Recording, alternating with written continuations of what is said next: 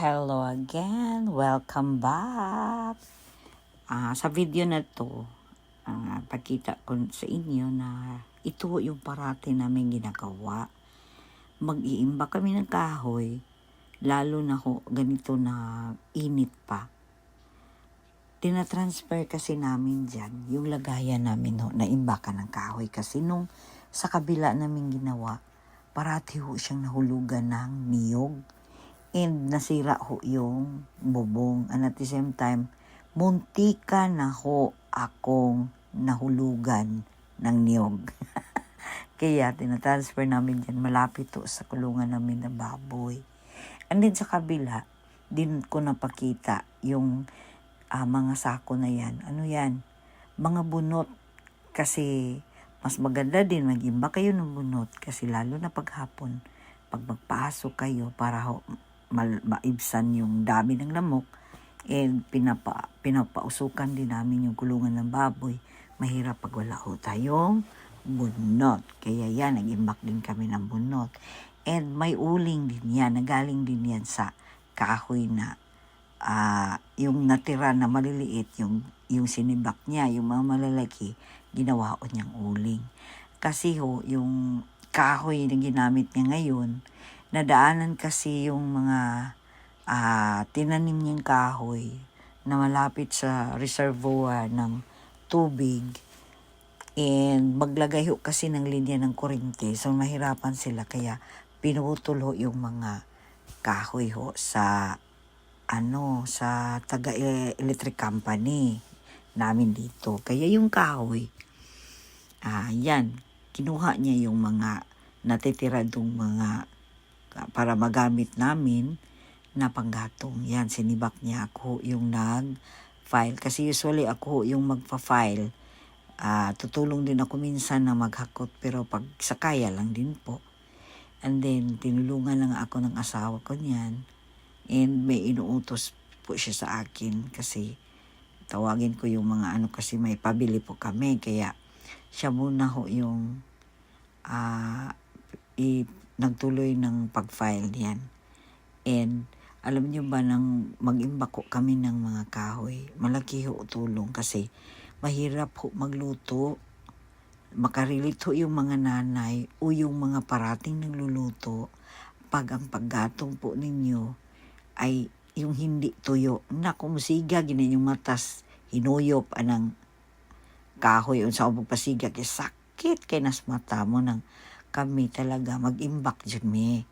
And then yung stove kasi namin, matagal yan maubos. Halos aabot pa yan ng minsan nga aabot ng 6 na buwan. Kasi nga every morning lang yan magagamit, kahit morning hindi, kasi uling din yung gamit namin. Kasi yung mga pinagkunan yan na sinibak niyang kahoy, ang mga malalaki niyan na pwede mauling, inuuling niya lahat yan. Kasama din yan sa nakita niyong mga sako na iniimbak namin. Ginagamit talaga namin uling. Kaya pag maubos na, kaya kami nag-stock din ng panggatong. Kasi pag maubos yung uling, panggatong na naman, yung mga sinibak na naman. Ganon. Kaya mas maigi may preparedness tayong gagawin para sa tag-ulan po. Kaya ayan, 'di ba? Ang dami na yan, pero hindi pa po kami tapos niyan. Madami po kaming kanabitong hakuton pa. Kaya pa kayo na mo na hakuton pa.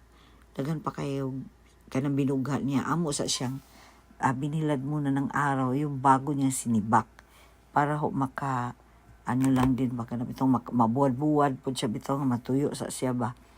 Kay aya po siya hipuson. Pero anyways, pwede maghihapon maghipos mo maski bagong bugha. Basta wala lang ginakabati og kanang mabasa talaga siya ng ulan. Tapos ibak diretso mo ng file, okay din yun. Pero yan kasi yan nakababad na yan ng ilang araw sa araw. Kaya inuna namin yan na inipon or abo bitong gihipos tinabi kasi umuulan na kasi. Kaya dali-dali kaming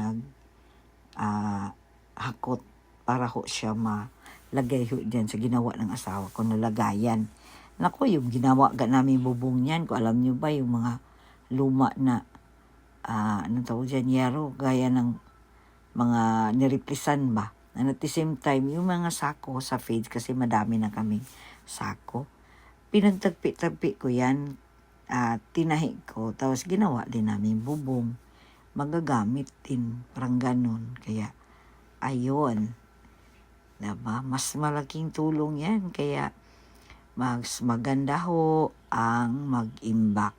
Preparedness po na hindi kayo mahirapan magluto ng mga lulutuin ninyo.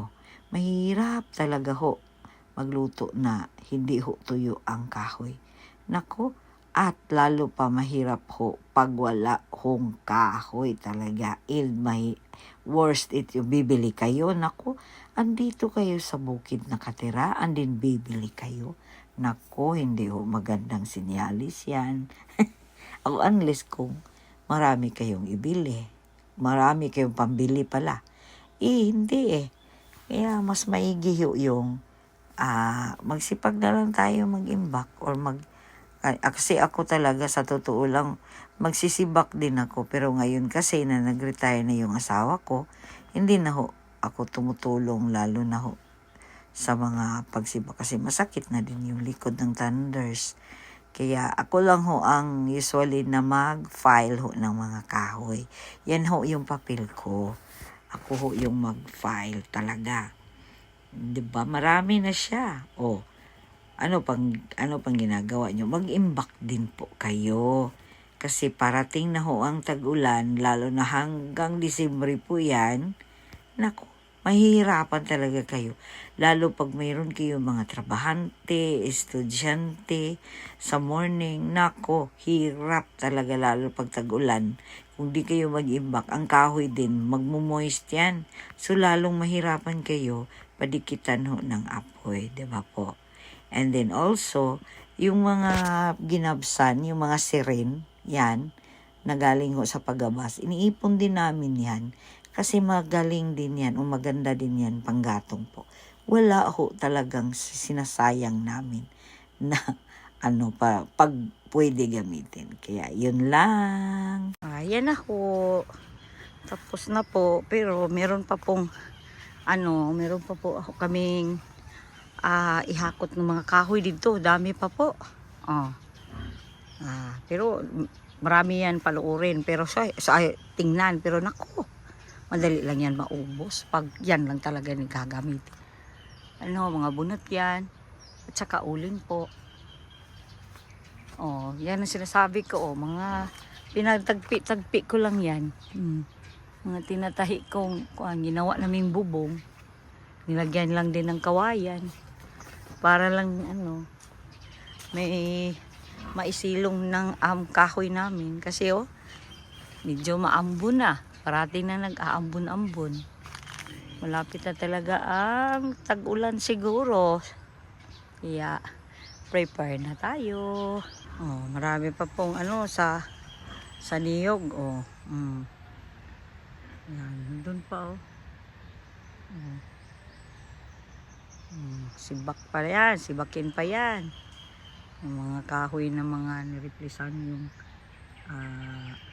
ginamit na na mga kahoy, ba niya yung ng bahay.